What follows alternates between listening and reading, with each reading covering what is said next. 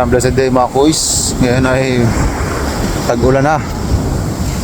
Nakalipas na yung bagyong Aghon na tumama dito sa sentro mismo tong Sibuyan. So, nakalipas na, siguro na palabas na ng Pilipinas, pero ito, masama pa rin ang panahon. Ayan o. Sobrang sama pa rin ang panahon. Kagandahan lang ay hindi malakas ang hangin.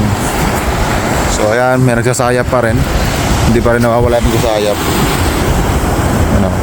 Kaso lang kaibahan ngayon dahil wala nang pasok ng ibang estudyante dahil graduation na, ang dami na naghihila.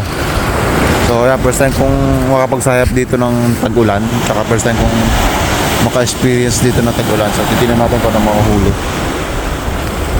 Tignan natin mamaya. Mahaba pa to, malayo-layo pa to. Siguro mga isang oras na higit pa to. Kaya tara, hila na tayo.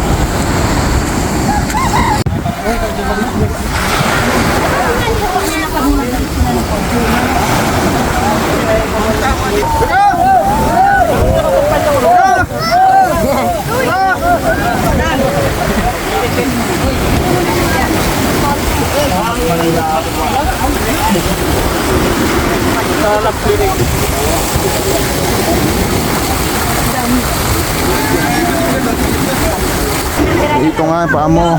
Saan dyan yung ito? Ito yung maitim. Tasa? Luil? Hindi. Yan ang ito yan.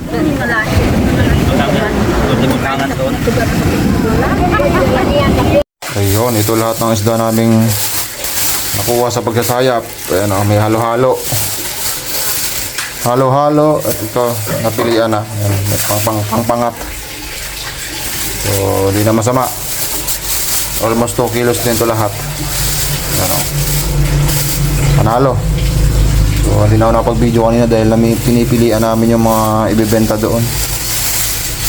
Sinulungan ko magpili yung may-ari para makakaparte tayo na medyo marami-rami.